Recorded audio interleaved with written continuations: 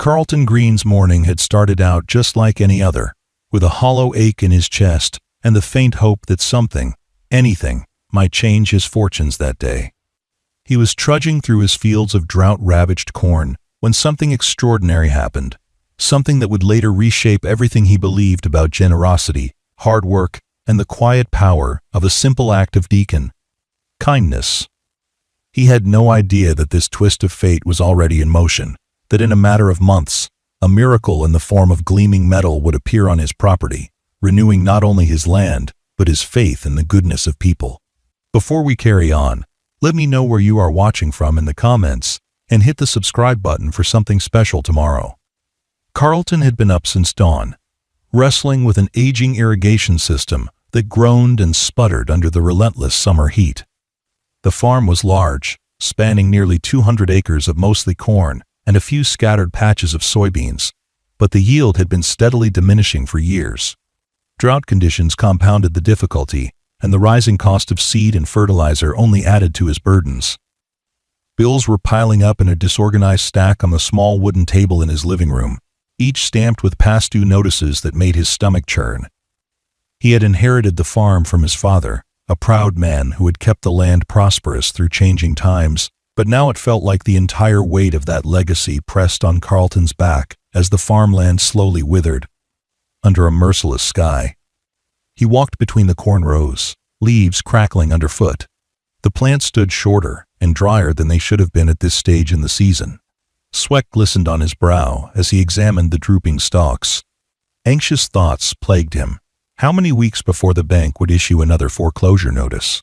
Was there any chance of a decent harvest this year, or would he be forced to sell off parts of the farm he had once promised his father he would protect? Each question was like a knife in his gut, a reminder that time was running out. The morning light, still mild, gave him a sliver of solace before the sun rose higher and scorched the fields with brutal intensity.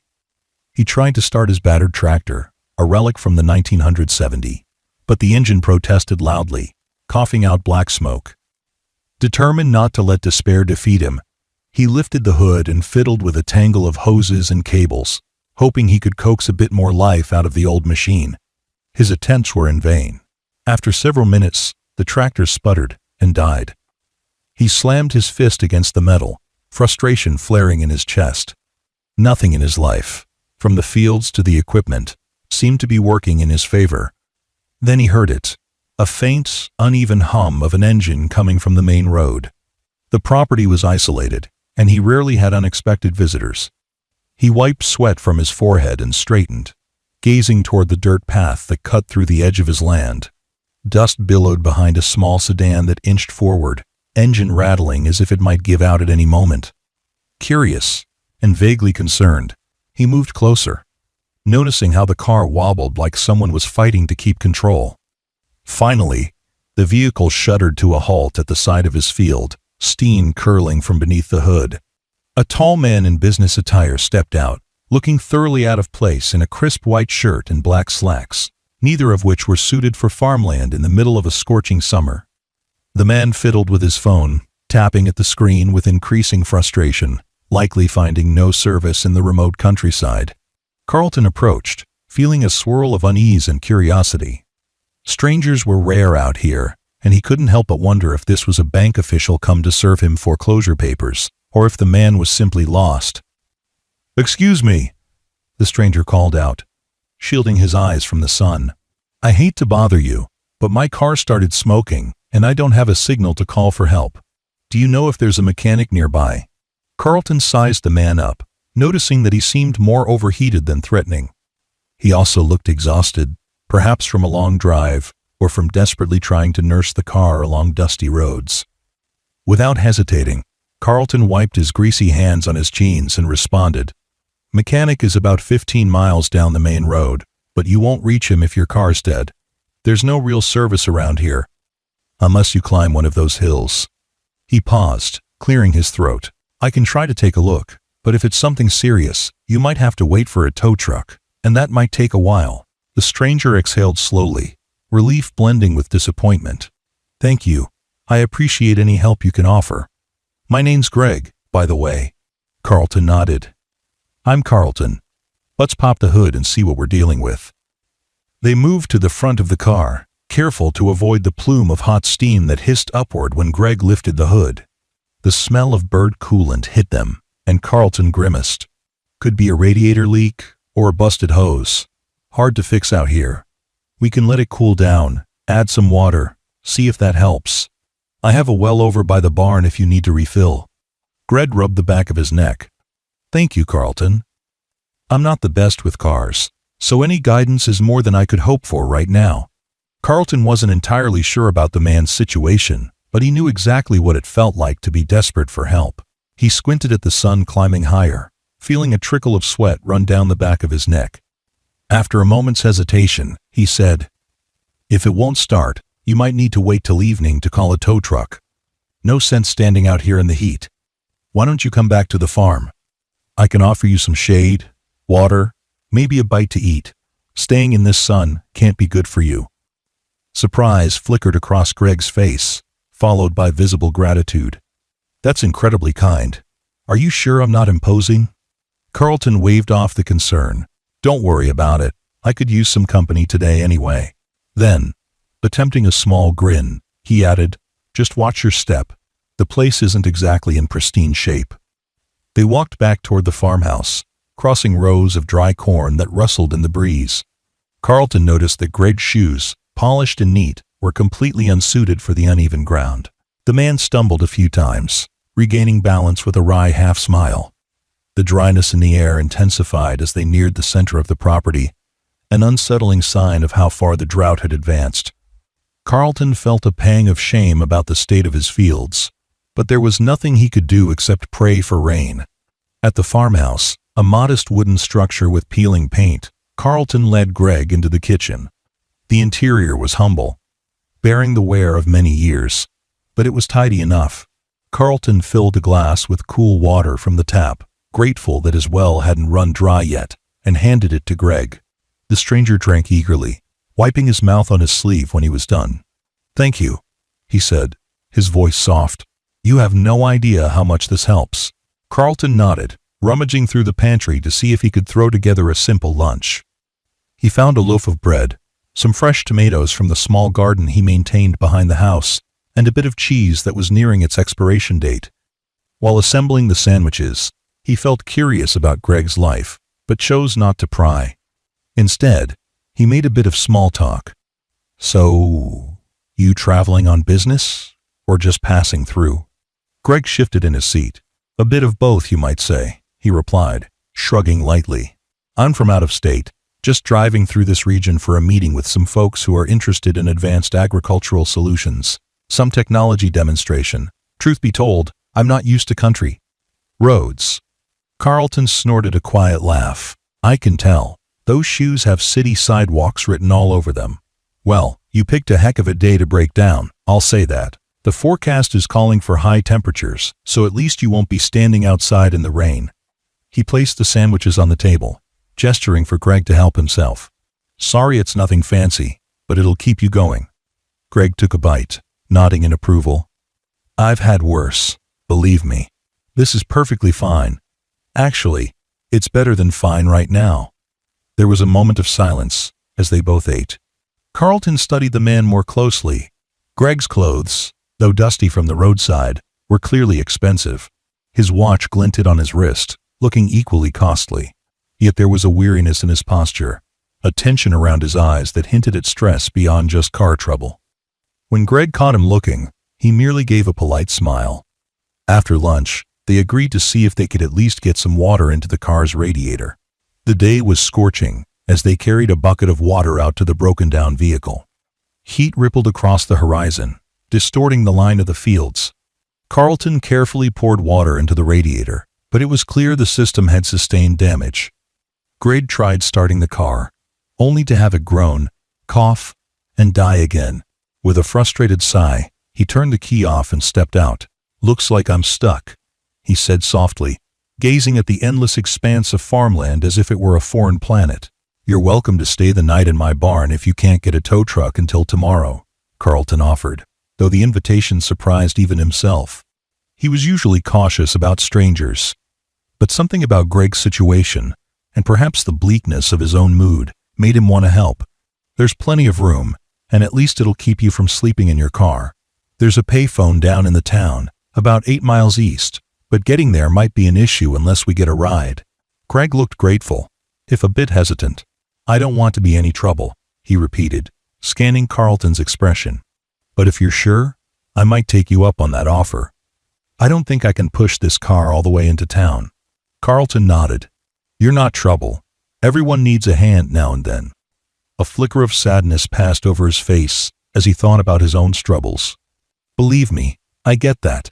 Let's get you set up in the barn. Make sure you have blankets and such. Then we'll try the phone tomorrow. Maybe I can ask my neighbor for a lift.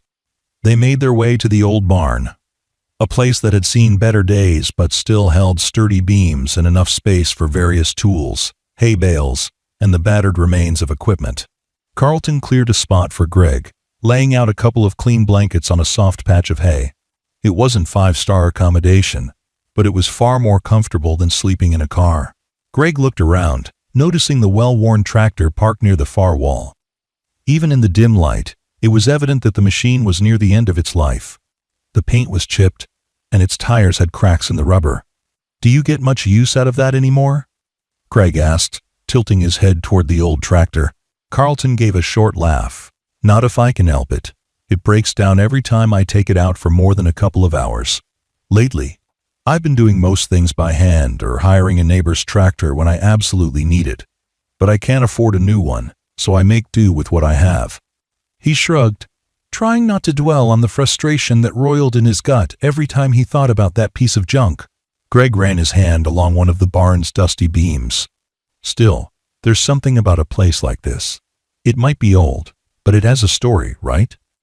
Carlton looked around, remembering how his father had once used the barn as the lifeblood of the farm, storing hay and tools, even raising a few animals in pens that now lay empty. Yeah, there's a story here, he murmured, just not sure how it ends. They talked a bit more as the day wore on, mostly idle conversation about where Greg had grown up. He mentioned a city several states away and how Carlton came into possession of the farm. He explained it was a family inheritance. Neither man pried too deeply into the other's hardships, but a quiet understanding began to form. Sometimes you see another person who's struggling, and, without words, you recognize a kindred spirit. By nightfall, the temperature finally relented, allowing a cooler breeze to slip through the barn's cracks. Carlton brought Greg a lantern, a flask of water, and some leftover sandwiches to tide him over until morning. Greg thanked him more times than seemed necessary, but Carlton just nodded. Get some rest, he said simply. We'll figure out the rest tomorrow. Carlton then returned to the farmhouse, flicking on a single lamp in the living room. On the small wooden table, the stack of unpaid bills was a silent witness to his predicament. Exhausted, he sank into a weathered armchair, rubbing his temples. He couldn't help but think how easily Greg's misfortune could have been his own. Stranded, desperate, reliant on a stranger's kindness. He kept a small sense of perspective, that at least he had a roof over his head, no matter how shaky his finances were. He didn't sleep much that night, tossing and turning as the humid air pressed down on him. Images of withered cornfields flickered in his mind, along with the worried faces of the bank officers who had visited weeks ago, reminding him that time was short. He wondered if it was foolish to help someone else, when he could barely help himself. But the more he thought about it, the more he recognized that offering shelter had cost him almost nothing. And in a harsh world, small acts of compassion could be the only currency that really mattered. When dawn arrived, he trudged out to the barn, half expecting to find Greg gone. To his surprise, Greg was awake, carefully folding the blankets. "Morning," he said, stretching his arms. "Hope you got some sleep. I kept hearing odd creaks all night, but I guess that's part of the charm." Carlton chuckled. "That's the barn for you. Let's see if we can call for a tow truck today. My neighbor, Ms. Wilcox, might be able to give you a ride into town so you can figure out the details." They had a quick breakfast of scrambled eggs and whatever bread was left. Then they walked to Ms. Wilcox's property, a modest homestead about a mile down a connecting dirt road. The older woman, known for her blunt manner and generous spirit, gave Carlton a skeptical look when he introduced Greg, but eventually warmed to the idea of helping. "Sure," she said, smoothing her apron. "I was heading to the feed store anyway. If your friend here wants to hop in the truck, I can drop him by the payphone in town, or maybe even the mechanic's place." Greg seemed relieved. "That would be fantastic. Thank you so much." He turned to Carlton, offering a handshake. "I can't repay your kindness right now, but I hope you know how grateful I am. Once I sort this out, I'll see if I can swing back and cover whatever I owe you for meals and a place to stay." Carlton waved it off. "Don't worry about it. Safe travels, Greg." Ms. Wilcox hoisted herself into her old pickup. Greg climbed in beside her, and they rolled away in a cloud of dust. Carlton stood there watching, a strange sense of emptiness blossoming in his chest, as though he'd just said goodbye to a distant relative he might never see again. He walked back to his own property, returning to the unending list of chores. The memory of Greg's dusty shoes and thankful smile stuck with him throughout the day, weaving itself into his thoughts as he battled with the irrigation pump, fed the chickens, and wrestled with the battered tractor's engine in the feeble hope of coaxing it back to life. Over the next few weeks, life carried on with its grinding routine. The drought worsened, leaving the fields in an even sorrier state.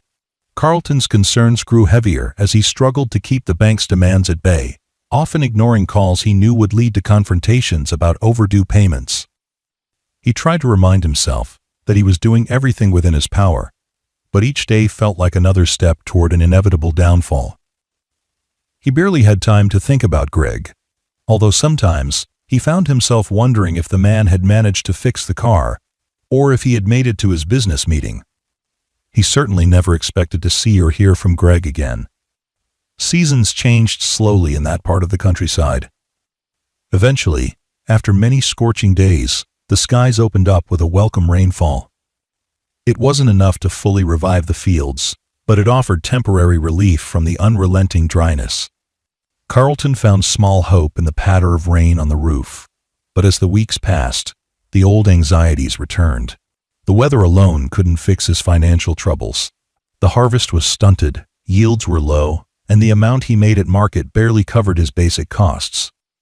The battered tractor broke down again, forcing him to rent Ms. Wilcox's machinery a few times, incurring extra expenses that gnawed away at his savings. One cold morning, just as the early frost was starting to creep across the fields, a notice arrived, pinned to his mailbox by the bank representative. Carlton felt a hollow dread when he read it, realizing that he was dangerously close to losing the entire farm if he didn't manage to pay a significant portion of his debt soon. Panicked, he spent days calling around, hoping for a loan or some form of leniency. Nothing materialized. The best he could manage was a small extension from one of the bank's clerks, but even that was only a temporary reprieve. Disheartened, he took to wandering the fields aimlessly, watching the sky for signs of a miracle that never seemed to come. Nights were worse, filled with anxious tossing and turning, as the fear of foreclosure loomed like a specter over his bed. More than once, he awoke in a cold sweat, the taste of despair on his tongue. Yet each morning, he forced himself to keep going, to feed the animals, to check the meager crops, to pretend there was still a chance to turn things around. Months slipped by, and the memory of Greg faded into the background, a small footnote in the chronicle of near-constant worry that consumed Carlton's life. Though he often prided himself on being resilient, he couldn't deny that the weight was crushing him. He was behind on bills, behind on equipment maintenance, behind on mortgage payments. He caught himself staring at the barn sometimes, thinking about simpler times when the building was bustling with activity, remembering how Greg had slept there for a single night and left with gratitude shining in his eyes. The barn now stood as a silent witness to a decline that seemed almost inevitable. Then, in the early days of winter, something happened that stunned Carlton so completely, he wondered if he was in the midst of a dream. He woke up before dawn, as he always did, pulled on a heavy coat, and stepped out onto the front porch. The cold air bit into his cheeks. He took a moment to peer across the dimly lit farmyard, where the horizon still had only a faint glow hinting at daybreak. Usually he would turn toward the barn, or head to the chicken coop first, but a gleam in the middle of his field caught his eye. Confused, he squinted, trying to identify the shape. Parked near the very spot where his old tractor would sometimes sit, something large and shiny reflected the weak dawn light. He blinked, rubbed his eyes, and started walking toward it, the crunch of frost under his boots sounding impossibly loud. As he approached, his breath caught in his throat. It was a tractor, but not just any tractor. It was brand new, sleek, painted a vivid green with the sort of polished sheen that promised state-of-the-art engineering. The tires looked enormous, sturdy enough to tackle any terrain. There were no plates or stickers indicating ownership, but it stood there silently, as though it had grown overnight from the soil itself. His mind reeled. He couldn't fathom who might have driven it there, or why. He walked around it slowly, heart hammering, gaze sweeping over the modern design, the advanced controls visible through the glass cabin. On the seat lay a small envelope, pinned down by the tractor's ignition key. With trembling fingers, Carlton picked up the note and read, "For the man who helped me when he had nothing to spare. Thank you. May this keep your farm alive, Greg." Carlton felt a rush of memory, recalling that scorching day months ago. The broken-down sedan, the man who wore polished shoes in the dust. Greg, the stranger who had seemed so out of place in the country, who had stayed one night in the barn, who had politely disappeared with Ms. Wilcox. Shock mingled with an overwhelming tide of gratitude. He reread the note several times, disbelieving that the sleek, brand-new tractor before him was truly meant for him, a gift to save his struggling farm.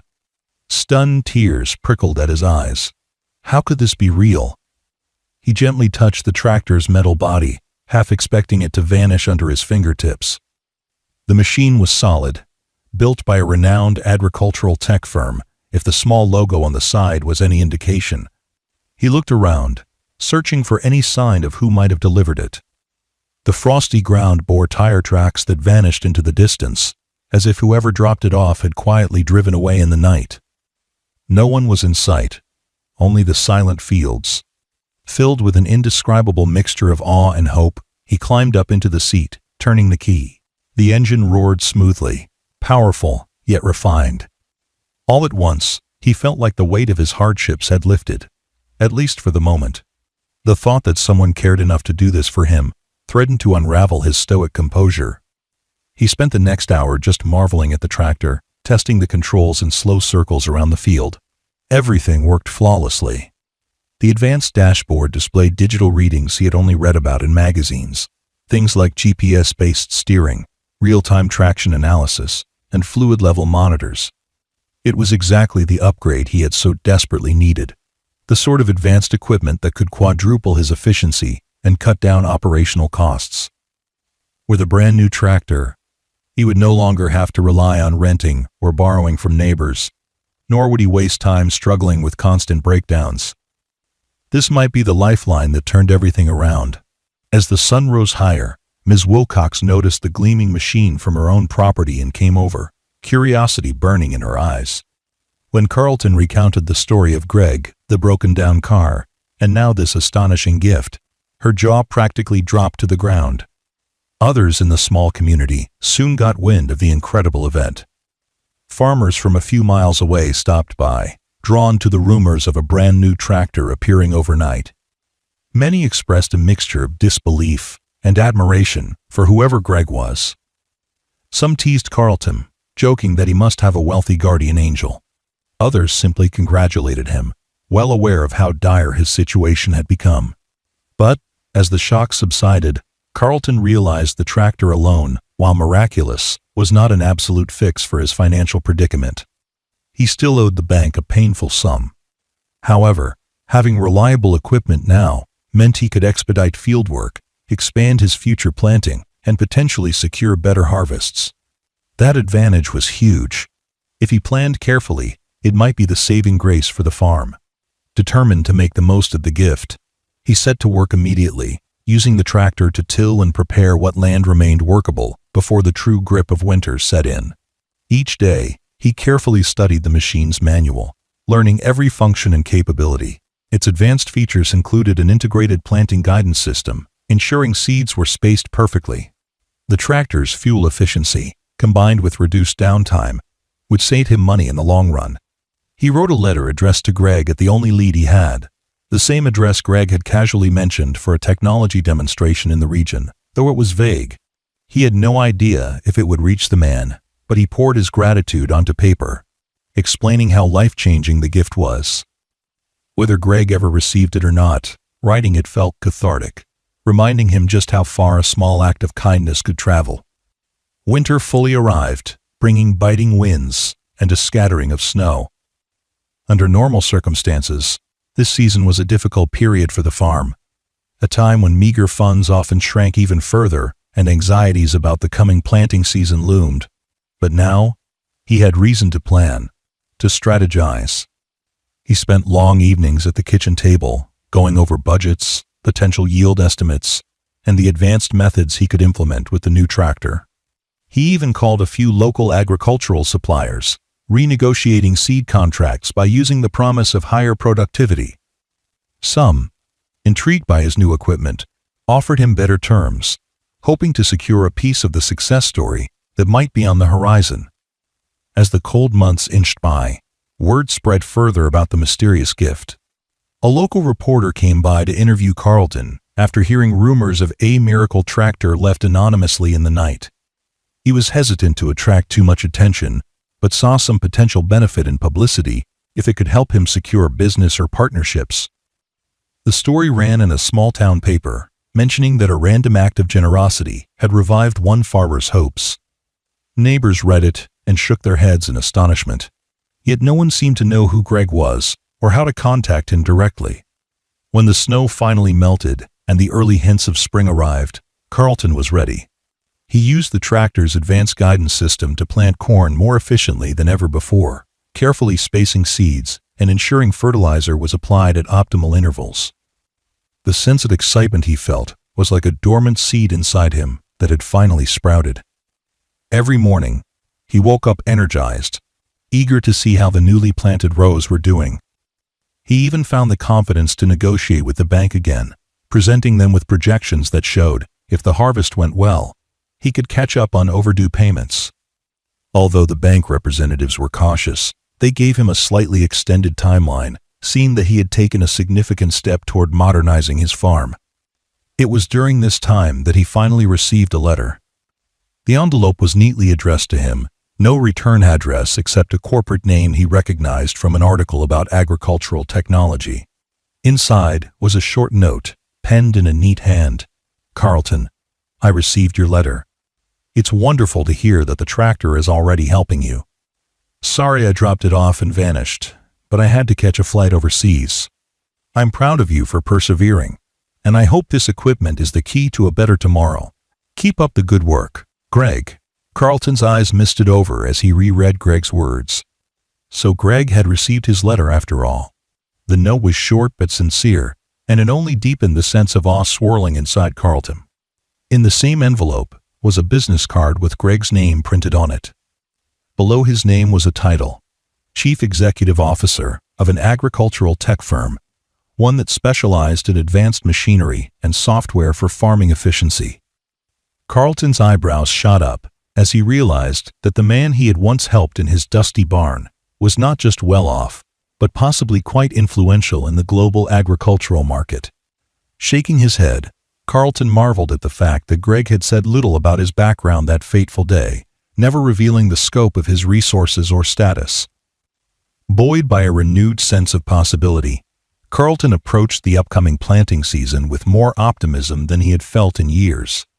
The fields responded well to the improved methods. Emerging seedlings stood straighter, greener, and more uniform than any he had seen in a long time. He carefully monitored their progress, sometimes climbing up into the tractor's cab just to check the digital readouts.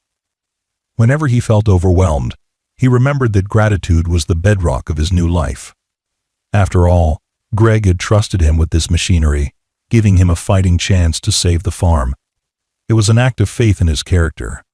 One day, as he was out inspecting rows of tender young corn, a black SUV pulled up to the farmhouse. Carlton noticed it from a distance, its sleek frame contrasting sharply with the rustic backdrop. A well-dressed woman stepped out, scanning the property, as if comparing it to some reference in her mind. Curious, he walked toward her, hands slightly dirty from the soil. "Hello there," he greeted. "Can I help you?" The woman smiled warmly. "You must be Carlton. My name is Jody. I work for Greg, assisting with various outreach programs and client partnerships. He sent me here to see how you're doing, to check on the tractor's performance, and discuss a few opportunities if you're open to them." Carlton blinked, adjusting to the idea that Greg had an entire team that might show interest in his modest operation. He wiped his hands on his jeans, feeling a flicker of nerves. "That's kind of you." "Sure, I'm open to talking. Would you like to step inside, or take a look around?" Jody nodded. "Let's start with a quick walk, if that's okay. I'd love to see the crops, especially how you're implementing the tractor's advanced features." They strolled among the emerging plants, discussing seed varieties, fertilizer schedules, and the intricacies of controlling pests and weeds. Carlton explained how the tractor's sensors and GPS guidance had elevated his efficiency, drastically reducing wasted seed. He spoke about how excited he was to see if the yield matched or exceeded his estimates. Jody took notes, occasionally asking more technical questions. Her manner was polite yet direct, showing genuine interest in the success of the farm. Eventually, they circled back to the farmhouse, where Carlton offered a glass of iced tea, feeling a mix of pride and lingering disbelief that corporate representatives would find his humble place so compelling. Jody took a seat on the creaky porch, gazing out at the land. "Greg was impressed by how quickly you adapted to this technology," she began. "He's always believed that the best stories come from everyday farmers who just need the right tools and a bit of help. He wants to propose something, and I'm here to feel you out about it." Curiosity sparked in Carlton. "What's on his mind?" She cleared her throat gently. "Our company is launching an initiative to demonstrate modern farming techniques to smaller operations that might be struggling. We'd like to host a field day here at your farm, inviting local farmers to see the equipment in action. You'd get some publicity, some support from our team, and hopefully the chance to form new partnerships. We call it a demonstration pilot. Greg believes MCK. Sorry. I mean, your farm could be a perfect example of how technology can transform outcomes." Carlton hesitated, the idea both exciting and intimidating. He pictured crowds of curious farmers wandering his fields, cameras capturing his half-repaired barn and peeling farmhouse. But he also recognized this could be a rare chance to secure additional revenue streams or even sponsorship from the company. "It sounds like a big undertaking," he said carefully. "I'm not opposed, but I'd need to understand the details." Jody smiled. "Of course. There's no pressure. I can leave you with some literature about how these events typically run. All we'd need from you is access to the fields, your personal testimony about your experience, and maybe a short demonstration of how you use the tractor.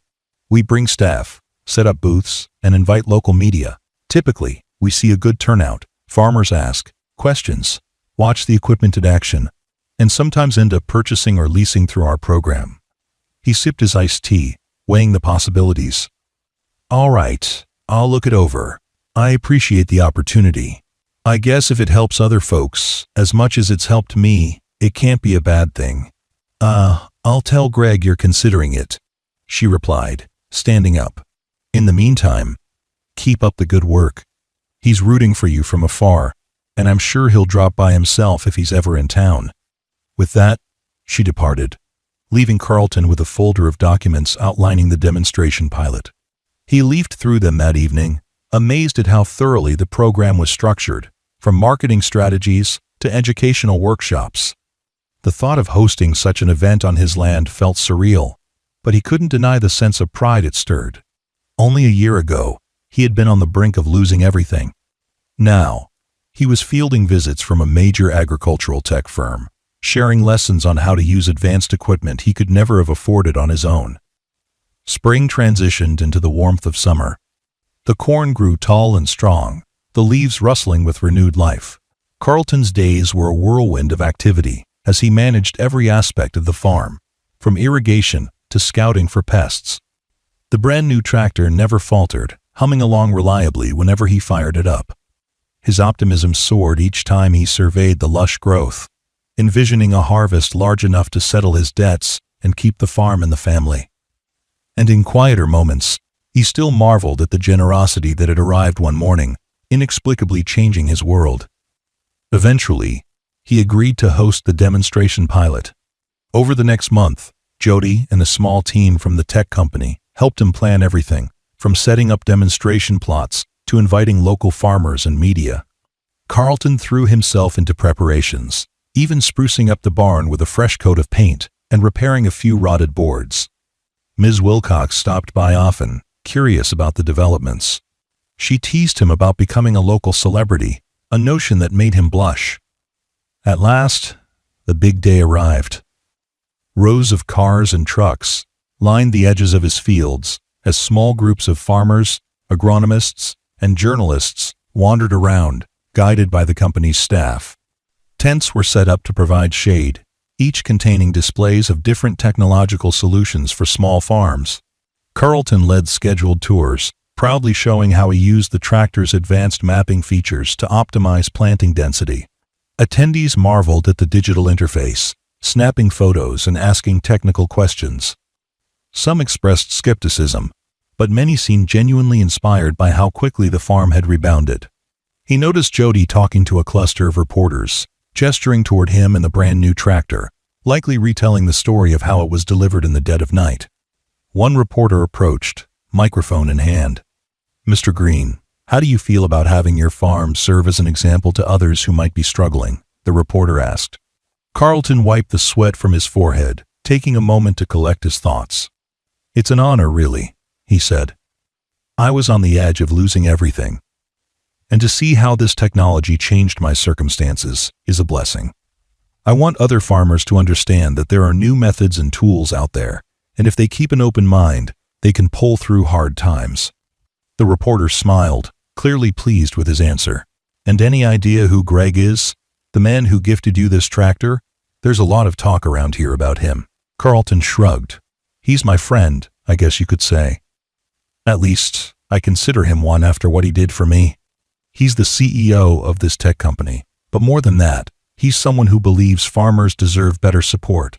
I just wish I could thank him face-to-face again." The day was a triumph. By the time the last demonstration ended, many local farmers had expressed interest in leasing or purchasing equipment. Some wanted to sign up for consultation services, while others simply left with new ideas. The company staff seemed thrilled, hinting that future collaborations could be in store for Carlton if he wanted. Exhausted but satisfied, he shook countless hands, hearing story after story of others who were barely holding on. He encouraged them, sharing how a single act of kindness had given him hope. Night fell, and soon the crowd dispersed, leaving behind only the soft glow of the barn's overhead light and the humming of crickets. Carlton sat on his porch, sipping a cool drink, replaying the day's events in his head. In the distance, the brand-new tractor gleamed faintly under the moonlight, a symbol of how drastically life had changed. He was lost in thought when he heard the crunch of tires on the gravel driveway. Looking up, he saw a sleek car rolling to a stop, headlights momentarily illuminating the porch steps. The engine turned off, and a figure stepped out. With the dim light from the porch, Carlton recognized the silhouette. Greg. Heart leaping, Carlton stood, almost knocking over his glass in his haste. Greg walked closer, wearing a slightly sheepish smile. "Carlton," he greeted, voice low and warm. "Looks like I arrived a bit late for the big show." Speechless, Carlton took a moment to regain composure. "Greg, wow. Thank you for coming. I didn't actually know if I'd ever see you again." Greg nodded, taking in the scene. "I got tied up in meetings, but I flew in this afternoon and drove straight here once I could. I wanted to see for myself what you've accomplished." He gestured at the farm, the tidy rows of corn, the newly painted barn. "It's incredible, Carlton. It's exactly what I hoped would happen when I dropped off that tractor." Emotion welled up in Carlton's chest. "You saved this farm, Greg. I can't begin to thank you enough. If I have to spend the rest of my life trying, I will." A hint of discomfort showed in Greg's expression, as though praise made him uneasy. "Believe it or not, You did most of the work. I just gave you the tool.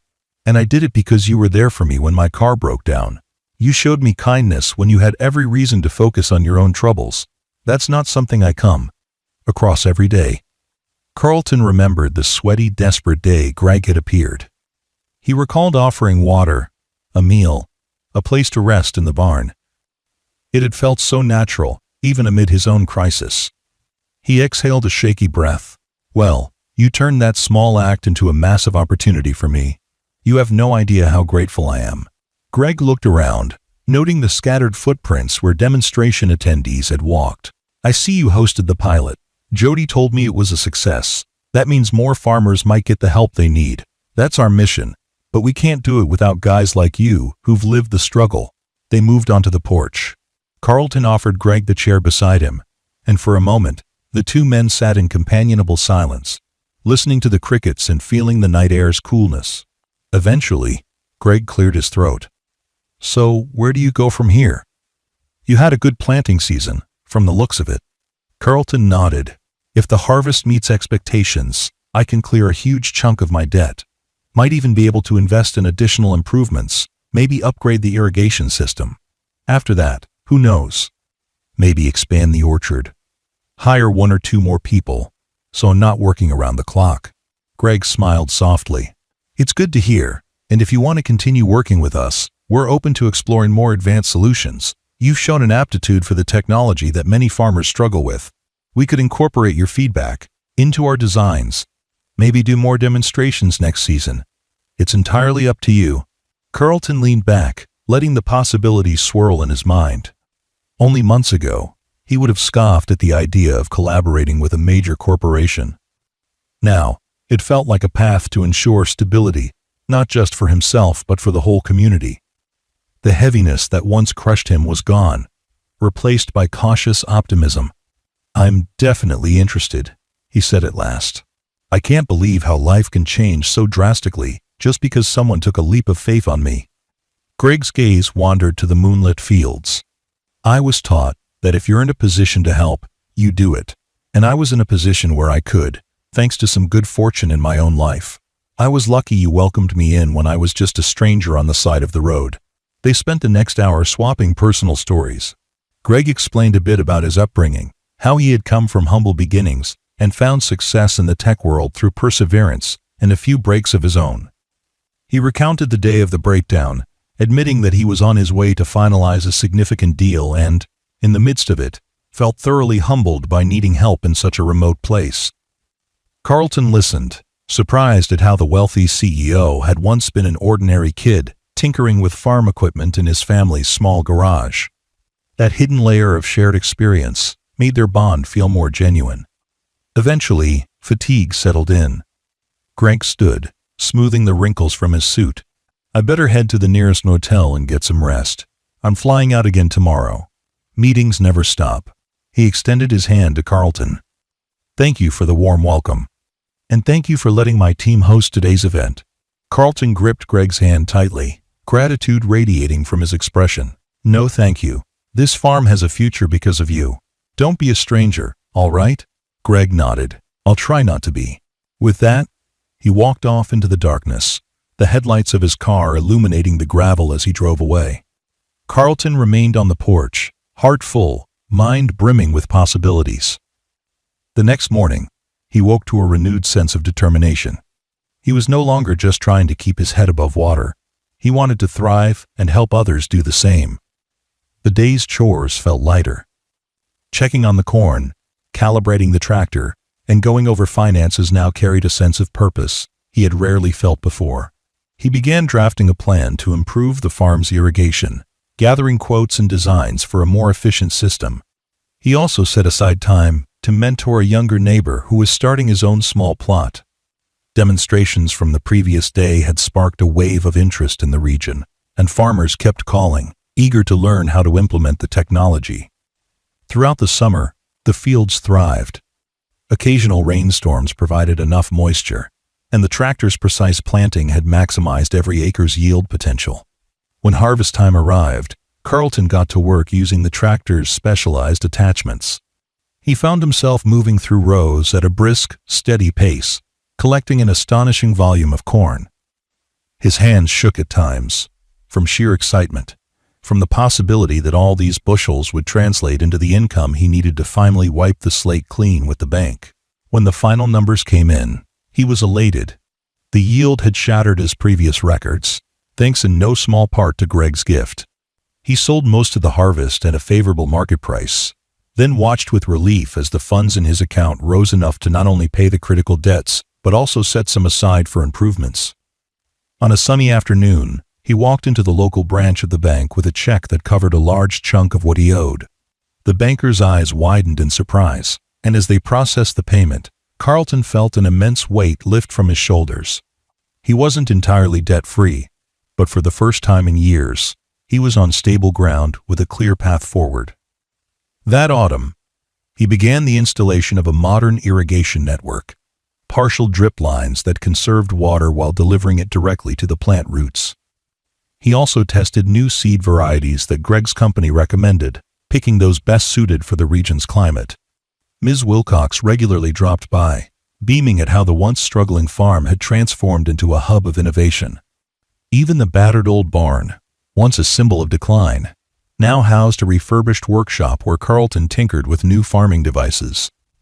As word of his success spread, more people reached out, hoping to replicate his results. Carlton found himself hosting smaller, informal events. Groups of neighboring farmers would gather in the barn to discuss strategies, share experiences, and watch demonstrations of the advanced tractor. Each meeting reminded Carlton of how far he had come.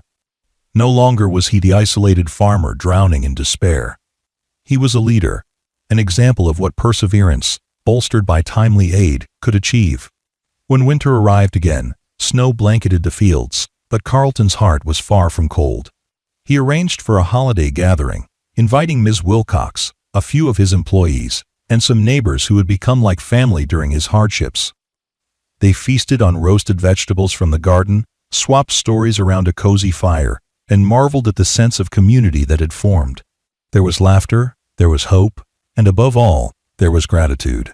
Carlton ended the evening by lifting a glass and proposing a toast, remembering the days when such a celebration felt impossible. Months rolled by, each bringing new developments. The farm continued to prosper, and Carlton further reduced his debt. He forged partnerships with local businesses that benefited from his robust supply of corn and other produce. Jody visited periodically with updates on Greg's company, inviting him to speak at regional conferences. He accepted one invitation, traveling out of state for the first time in years to share his experiences. Standing before an audience of fellow farmers, industry experts, and technology enthusiasts, he recounted the story of a scorching day, a broken car, and a single act of kindness that had catalyzed a profound transformation. He used no flowery language, just simple honesty, but the crowd was riveted. Afterward, many approached him, eager to replicate the synergy of compassion and innovation. Though the distance made it rare for him to see Greg in person, they kept sporadic contact through letters and the occasional phone call or email. On one such call, Greg mentioned that he might make it to the region again soon. Carlton brightened at the news, hoping to show Greg everything that had been accomplished. The thought of seeing his friend's reaction to the orchard, now in full bloom and producing apples, filled him with excitement. Another demonstration day was scheduled for the following spring, this one larger than the first. The company planned to showcase new models of machinery, high-tech seed coatings, and advanced weather monitoring systems. Carlton's farm was once again the chosen venue, and he threw himself into preparations, cleaning up the farmhouse, upgrading the barn's interior, and meticulously organizing the fields for easy viewing. As the date neared, invitations went out, and an impressive number of people registered to attend. It seemed that, in just a couple of years, his once dying property had become a beacon of possibility for an entire agricultural community. When the day arrived, the turnout surpassed all expectations. Rows of vehicles lined the main road. Tents sprang up across the property, each showcasing a different aspect of modern farming. People roamed from station to station, gathering pamphlets, asking questions, and networking. Carlton led multiple tours, now comfortably confident in his role as an unofficial spokesperson for how a small farm could embrace new technology without losing its heart. Sometime in the early afternoon, as he was explaining drone-based crop monitoring to a group of curious visitors, he felt a tap on his shoulder. Turning, he saw Greg standing there, a smile touching his lips. "I see the place is still thriving," Greg teased lightly, gesturing at the crowds. "How's the orchard?" Carlton's face lit up. Without a second thought, he greeted Greg with a friendly hug, ignoring a few surprised glances from onlookers. "Good to see you. Come on, let me show you."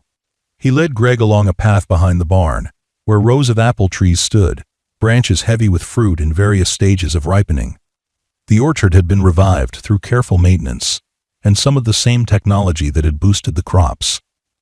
The transformation was remarkable, and Greg's admiration was evident as he ran his fingers gently over a low-hanging apple. "It's beautiful," Greg said softly. "I remember seeing this land when it was parched and tired. You've worked wonders, Carlton." They strolled through the orchard, leaves rustling overhead. When they reached a small clearing, they paused, gazing across the farmland. Visitors and staff could be seen milling around the demonstration areas, an air of optimism and collaboration pulsing across the fields. Greg looked at Carlton, something thoughtful in his expression. "I'm proud of you," he said. "But I'm also proud of the way you've used this success to lift others up. That was always the hope, to help one person who would then spread that help further. Seems like you're doing exactly that." Carlton felt a flush of warmth. "I remember how desperate I was.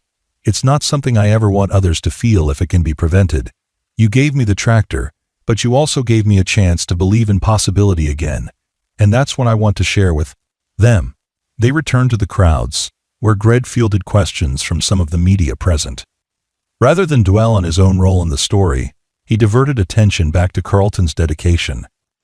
He praised the resilience of small farmers, emphasizing that technology was a tool, but the true engine of success was the heart and determination of people like Carlton who refused to give up. Reporters hum on his words, scribbling notes about the synergy of old-fashioned grit and cutting-edge innovation. As the day wound down, they retreated to the farmhouse porch. Greg loosened his tie, letting out a contented sigh. "I'll probably be off again soon," he admitted. "These days, I'm traveling between continents, forging new partnerships, but I'm always just a call away. If you ever need anything, don't hesitate." Carlton nodded, feeling both gratitude and a pang of sadness at the transient nature of Greg's schedule. "Safe travels, then. And thank you again. I think about that morning sometimes, how different things might have been if I just waved you off or pretended not to see you. Scary to imagine, really." Greg met his gaze with unwavering sincerity. "Well, you didn't wave me off. You helped me, and that made all the difference. Now you're helping countless others by sharing your experience." He sipped a glass of water, eyes drifting toward the horizon. "When people talk about you in our company, they call you the heart and soul of the pilot program. Don't underestimate your impact. This farm, these demonstrations, your willingness to teach this is changing lives." The next morning, Greg departed early, leaving behind the faint sound of gravel crunching under his tires. Carlton watched him go, quietly reflecting on the path they'd traveled. The fields around him shimmered in the morning sun, no longer desolate but filled with promise. The brand-new tractor, which had once seemed like an impossible gift, now stood as a testament to how generosity can multiply when it meets fertile ground, both literal and metaphorical. Life carried on. Each passing season brought its own challenges, from unpredictable weather to market fluctuations. But with an upgraded irrigation system, a network of supportive colleagues, and the ongoing relationship with Greg's tech firm, Carlton faced those hurdles with steady resolve. He continued to experiment with new crop rotations, eventually adding a stretch of soybeans and a small patch of sunflowers. The orchard flourished, producing enough apples that he started selling cider to local stores. Even the barn, once a symbol of decaying fortunes, became a local landmark where monthly meetings were held, bridging gaps between traditional farmers and the forward-thinking approaches championed by Greg's Company. Over time, he paid off the last of his debt, turning what had once been a ticking time bomb of foreclosure into a stable enterprise. The farmhouse received much-needed repairs, windows replaced with energy-efficient models, the porch reinforced and repainted. The transformation was so dramatic that passing travelers sometimes stopped just to stare or to ask if they could take photos of the orchard in full bloom. Ms. Wilcox joked that he ought to charge admission, but he simply laughed, remembering that the farm's resurrection was rooted in an act of kindness he could never put a price on. On certain evenings, while the sky was painted with the vibrant colors of sunset, Carlton would take a slow walk along the rows of corn, pausing to run a hand across the stalks or pluck a stray weed. In those moments, he often recalled the day Greg's car had broken down near the edge of the property. He remembered offering water, a sandwich, and a place to rest in a dusty barn. He remembered how Greg had quietly departed, only to return with a life-altering gift months later. That memory, for him, was the essence of hope. Two strangers crossing paths in adversity, each leaving the other with something priceless. As the years passed, they stayed in touch, exchanging holiday cards and sporadic updates. Greg's business expanded, while Carlton's farm turned into a shining example of how modern methods could revitalize even the most beleaguered operations. Whenever someone asked him for advice, Carlton always said the same thing: be open to the unexpected. Sometimes a small act can spark a chain reaction beyond anything you can imagine. In the hush of an early morning, before the roosters crowed, he would sometimes walk past the barn where Greg had slept, hearing echoes of that first conversation. The place where a dusty sedan had once sat baking in the sun was now just another patch of grass at the farm's periphery. But Carlton had planted a seed there, a small sapling that over the years grew into a sturdy oak. He never mentioned the tree to many people, but for him it symbolized the generosity that had taken root in his life. If he ever needed a reminder of how fortune could change overnight, he only had to glance at that oak, its branches spreading skyward as if reaching for endless possibilities. In time, the story of Carlton and Greg became something of a local legend, told at dinner tables and community gatherings. Some versions embellished the facts, painting Greg as an angelic figure descending from the heavens in a tractor. Others focused on how dire Carlton's circumstances had been, depicting him as a farmer on the brink of utter collapse. The truth was simpler. Two people had met under harsh conditions, each one giving what he could. One gave a helping hand and a place to sleep, the other returned with a gift that changed a life. For Carlton, that simplicity was the greatest lesson of all. You never know what shape gratitude and kindness might take when it's passed from one hand to another, multiplied by compassion, and circled back again. A few lines from the note Greg had left with the tractor still echoed in Carlton's thoughts whenever he fired up the engine. For the man who helped me when he had nothing to spare. Thank you. May this keep your farm alive.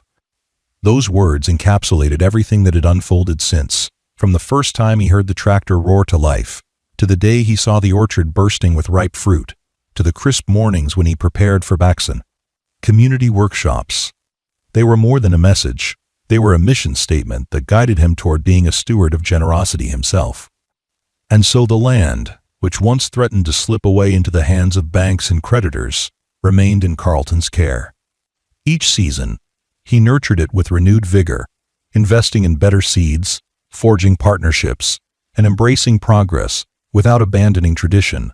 He shared his knowledge openly, refusing to hoard the techniques that brought him back from the brink. As his orchard grew, he invited local children to pick apples and learn about sustainable farming. During the fall, he set up a small festival on his property, complete with hay rides and fresh cider, celebrating the bounty that was once a distant dream. In every corner of the farm, from the old chicken coop to the newly renovated barn, one could sense the influence of that single moment of hospitality when he had offered Greg a glass of water and a meal. Time has a way of smoothing over the rough edges of hardship. People in town began to forget how close Carlton came to losing it all, taking for granted that his farm was a success story. But Carlton never forgot. Every day he rose before sunrise, stepping out onto the porch to watch the sky lighten over the fields. He kept Greg's note pinned to a bulletin board in his kitchen, next to photos of the orchard in full bloom and a snapshot from the day they unveiled the new tractor. He lived in constant awareness that life's greatest blessings often arrive without fanfare, sometimes even hidden in trials. The memory of that battered sedan breaking down and the dust swirling around Greg's polished shoes remained etched in his mind. If you were to visit Carlton's farm years after the events began, you would find a thriving operation that marries cutting-edge technology with the healed wisdom of the land. You would see a farmer who's neither proud nor broken, but balanced, shaped by both adversity and kindness. And if you were lucky enough to catch a quiet moment, perhaps at dusk, when the tractor is parked neatly beside the barn, you might hear him humming softly, glancing toward the horizon. In his eyes, you'd catch a glimmer of something powerful: gratitude for how a lost traveler had once stumbled upon his property, turning a simple act of compassion into an unbreakable bond, forging a future that even the harshest drought couldn't destroy.